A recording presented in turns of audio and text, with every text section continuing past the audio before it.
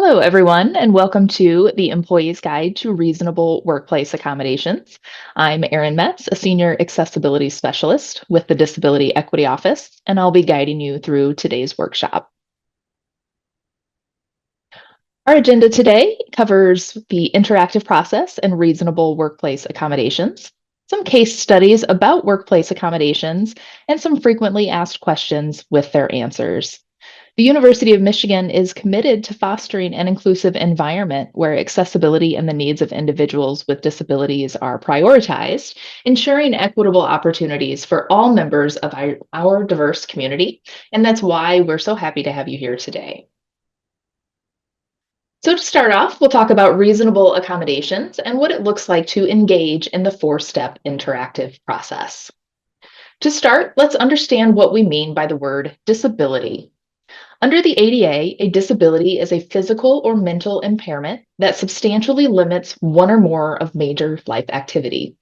These activities include things like bending and breathing and working, among others, and what may be substantially limiting for one person may not be the same for someone else.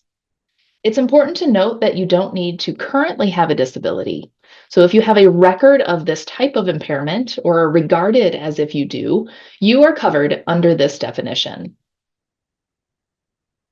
Disabilities can fall into various categories, including visual, auditory, motor, and psychological, and also cognitive, neurodiverse, and age-related.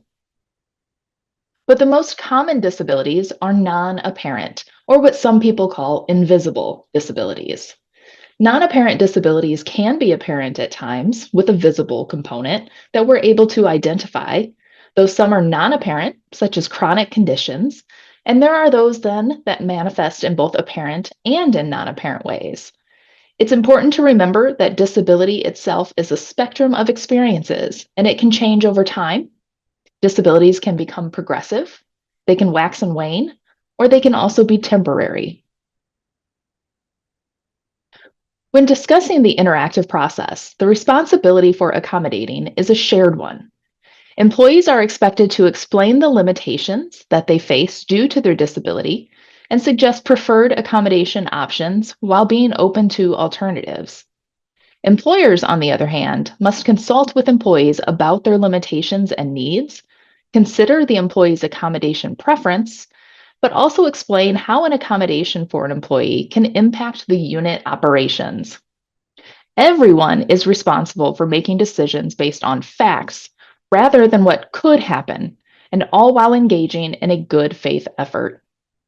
The goal of the interactive process is to identify an effective and reasonable accommodation for an employee with a disability to be able to perform their essential job functions. The accommodation process begins, step number 1, when an employee submits a request, ideally with medical documentation. This enables us to make a disability determination and then pursue workplace accommodations. Medical documentation is needed unless the disability and the need for accommodation is obvious. Supplied documentation should identify your diagnosis, limitations, and the recommended length of the accommodation that's needed. An employee's disability or medical condition, their symptoms, or their personal information is kept confidential, meaning it's not shared without an explicit need to know. The second step of the interactive process involves a detailed conversation between the employee and an accessibility specialist, discussing essential job functions and potential barriers.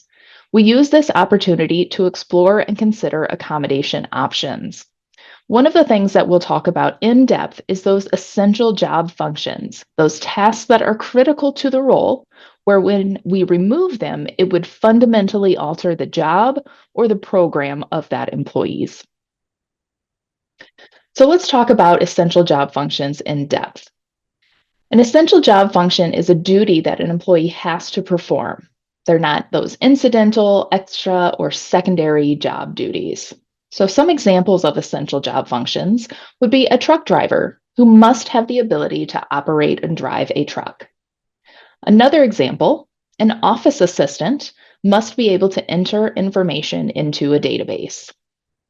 Non-essential job functions, though, are those that are not those duties that an employee must perform. They are those secondary or extra duties, like a truck driver who must schedule a meeting on occasion, or an office assistant who assists with watering plants around the building. The third step in the process, step 3A, is where an accessibility specialist may meet with the unit HR representative. During this meeting, we'll talk about any relevant policy information, upcoming changes to the department, any unit needs or performance concerns related to the accommodation request. Step 3B then is where a discussion will take place that includes the supervisor, along with the HR representative and accessibility specialist. This discussion will focus on identifying how we can effectively accommodate workplace limitations and barriers. So we'll discuss those essential job functions, any needs or questions that the unit has, and if ever possible, a requested accommodation should be supported if it is deemed reasonable.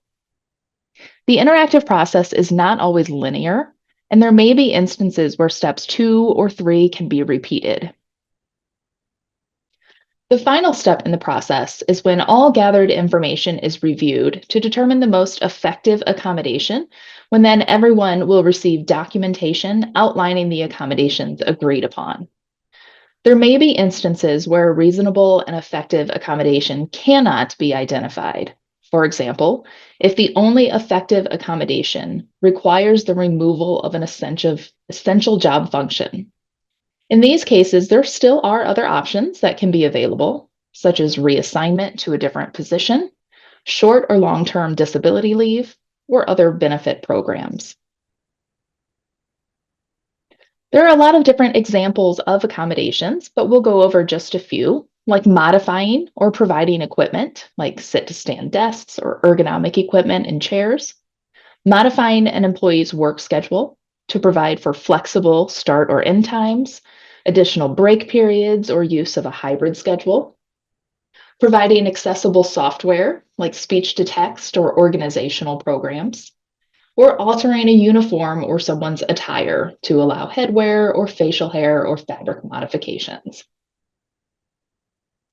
So now what we're going to do is go through some case studies of the interactive process used in determining reasonable workplace accommodations. So this is case study number 1. An employee is requesting to change their uniform due to a skin condition. They've tried multiple fabrics and have found that cotton alleviates their symptoms, but the university provides only polyester uniforms. Through the course of the interactive process meetings, it was determined that this employee's essential job functions were related to maintaining university grounds and operating equipment on those grounds. The employee's request was for an alternative material for their work uniform due to their dermatological condition that was expected to last their life. The employee in this case also shared that they knew of another employee in the same department that made a similar request recently, and the supervisor was able to accommodate them with uniforms made of a different material. When meeting with the unit, the supervisor had several questions. One was, how could the department ensure the employee's appearance would remain professional? And the answer to this was that there was already a departmental policy that existed regarding hygiene and cleanliness of all employees. Another question, would this request set a precedent for other employees? So the ADA does not consider precedent, and all accommodations are assessed on an individualized basis. So even though there was another employee who had a similar request, we would still look at the facts of each case individualized based on the employee's lived experience, their medical documentation, how their condition impacts their work, and what then the unit was able to support. At the conclusion of this interactive process, the unit was able to support the employee by purchasing 5 cotton uniform shirts for the employee's use. Case study number 2. An employee requested the ability to flex their schedule to allow for appointments and to relieve exacerbated symptoms, which would often occur first thing in the morning. This employee's essential job functions required them to schedule appointments, meet with clients, and document consultations. This employee's request was for a flexible day, meaning that they could start their workday at different times and end their workday at different times. The limitations they experienced were neurological in nature, though they were only expected to last between 8 and 12 weeks. The employee provided additional information that they took a daily medication with their breakfast, which would often make them feel nauseated for a few hours. That would then make it difficult for the employee to drive to work. When meeting with the unit, they also had some questions. How would the supervisor know if the employee was going to be starting their workday late? The answer to that question was that the employee would follow the guidelines already established for the unit when notifying their supervisor regarding any sort of schedule change. Another question, how would scheduled meetings be conducted if the employee was going to modify their work schedule? The employee would be asked to maintain a meeting schedule that would be most likely to remain unchanged. Since this employee experienced symptoms first thing in the morning, they would try to schedule all of their meetings to be held later in the day. The conclusion of this case, the unit was able to support this employee by encouraging them to flex their scheduled start time. The employee was responsible for scheduling their own consultations and meetings in a time frame that worked with their limitations, again, typically later in the workday. For our third case study, an employee requested accommodation to take additional breaks whenever they were experiencing symptom exacerbation at work. This employee's job required them to proctor student exams, take documentation, and perform administrative tasks. This employee's request for accommodation regarded additional 15-minute breaks on occasion. The limitations they experienced were psychological in nature and were expected to last long term. The employee provided additional information in that their symptoms were mitigated when they had more control over their work environment, specifically finding a quiet place with fewer distractions, and the ability to dim the lights was found to be most helpful. The supervisor had several questions, specifically around the restrictions of outside agencies who had rules for how exams were proctored. So if the employee was the only person working during an exam, who would cover for the employee if they needed to step away? In this case, the employee would be required to contact their supervisor if they needed to take a break during the exam. And if there were no other staff in the room or available, the employee would need to stay in their workspace until someone was available to cover for them. Another question was, how often would these additional breaks occur? So because of the symptomology of this employee, it was hard to determine how frequently these occasional breaks may be needed. However, if there were concerns about the employee's work not being completed due to an increase in their break time, there may be other accommodation options that would need to be reviewed, such as restructuring mandatory breaks. We recommended that this be implemented on a trial basis to see how frequently those breaks may occur.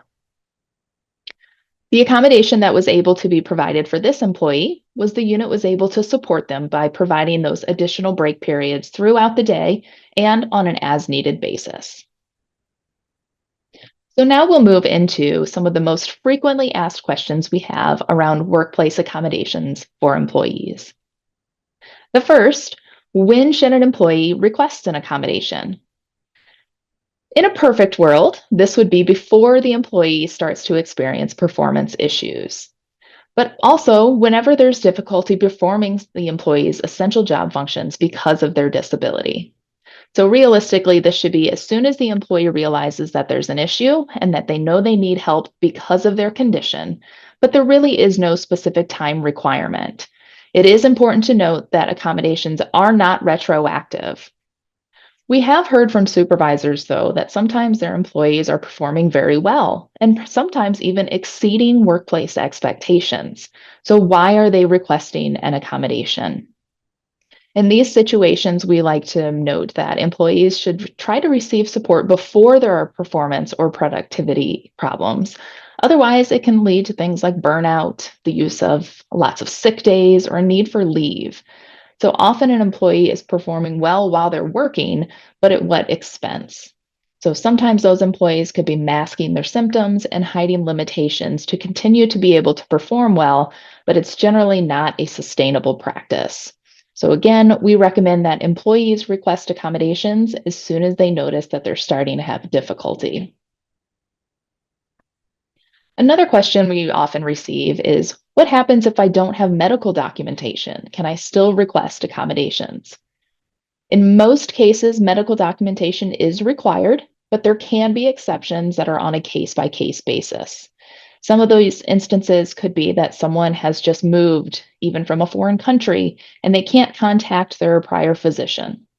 Or perhaps they have documentation that's very old, but if the condition is chronic, we may still be able to accept that documentation. We do consider things like health equity and whether or not we can afford the fees for acquiring that medical documentation. And we can also work to assess an employee's lived experience when they submit their accommodation request. So, generally speaking, there's a lot of factors that we can take into consideration if someone has difficulty providing medical documentation. Another question, can accommodations change? Yes, of course. Every accommodation can be amended. So either the employee or their department can contact our office to request a review of any accommodations that have been put in place. Oftentimes, this will lead to a continued interactive process to determine a more effective accommodation that might work for the employee and the unit, or to determine what alterations may be needed. How many accommodations can one employee have? There's no limit or set amount. However, the interactive process does determine what is reasonable and what's likely to be the most effective accommodation for an employee.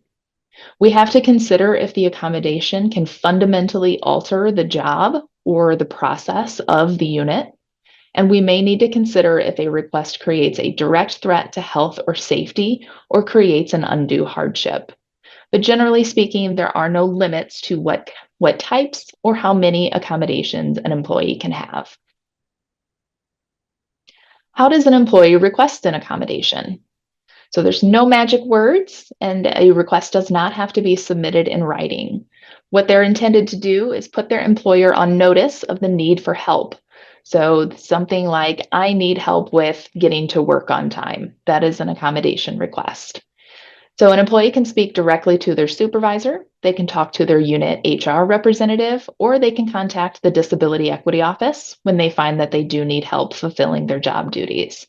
And if you're unsure about what accommodation might provide you support, we can assist with brainstorming ideas. Can a supervisor change an employee's accommodation? So the answer to this question is yes, but we always recommend that the employee be consulted to make sure that they're still receiving needed support if a supervisor does need to change an accommodation. So accommodations can be amended for lots of different reasons. So if the unit needs have changed due to a staffing turnover, a change in the schedule, or a change in how the work is done, or if an employee's needs have changed. So if their condition has changed medically or functionally, or if the employee's needs have changed in any other way. What happens to an accommodation if an employee transfers to a different unit or department? In most cases, that accommodation that's already been implemented can transfer with them. It is the responsibility of the employee to let their new supervisor know that they have an accommodation. That new supervisor will not automatically know about it. Or if an employee stays in the same department, but their supervisor changes, that employee should still share their accommodation information with that new supervisor. Even if an employee does change department, they may still need to re-engage in the interactive process just to ensure that essential job functions of the new role are still being met. Accommodations may need to be amended in that new department, but that's something that the interactive process will help determine. What accommodation information can be shared by an employee's supervisor? Accommodation information should be kept confidential and be shared only on a need to know basis. This may be an additional supervisor that an employee reports to. If an employee has an accommodation for a modified schedule, someone who handles scheduling may need to be made aware of the accommodation. If an employee's accommodation is for new equipment, someone handles the purchasing of that equipment may need to know about the accommodation as well. Supervisors and managers can also share work-related restrictions. An example would be if an employee has a 10-pound weightlifting restriction, or if they're unable to stand for more than 30 minutes at a time, supervisors and managers would need to be made aware of that information. We do want to caution employers in that sharing that an employee has an accommodation is also sharing that employee's private disability information, as an accommodation is directly related to disability and medical information. We encourage to not use those words accommodation or disability when sharing any sort of information about the accommodation itself. If you're unsure how to speak to colleagues, coworkers, or other supervisors and want some examples for language, please reach out to our office. We're always happy to help. How can I respond to coworkers asking about my accommodations? As an employee, your medical information can be kept private, but you are able to share whatever information with your coworkers that you would like to or feel comfortable sharing. It is not a requirement to share with your coworkers any information about your accommodation unless they have a specific need to know. So the example we used before about a 10-pound weight restriction, other coworkers may need to know about that so that they know not to ask you to assist them with carrying heavy objects. If you're unsure how to address questions by coworkers, direct them to your supervisor or your unit HR manager. If you feel like you're being discriminated against, harassed, or receiving retaliatory responses, contact an equity specialist with ECRT to discuss your concerns. So, in wrapping up today's information, here are a few key takeaways. Our do's: make sure you ask for help when you need it. Don't wait until there are performance or disciplinary issues. Ask for help as soon as you start to see that there might be an issue. Engage in the interactive process. Be open to suggestions and accommodation options, and be open to feedback. Our suggestions for things that you should not do: don't be afraid to speak up about your need for help. And don't be afraid to consider that you may not know what's going to be most helpful for you, not knowing what you need in terms of accommodation. The Disability Equity Office is here to help you through the process. So hopefully this has answered some of your questions about what you may need to do in terms of accommodation as an employee at the University of Michigan. But as always, contact the Disability Equity Office with any additional questions. Thank you all and enjoy the rest of your day.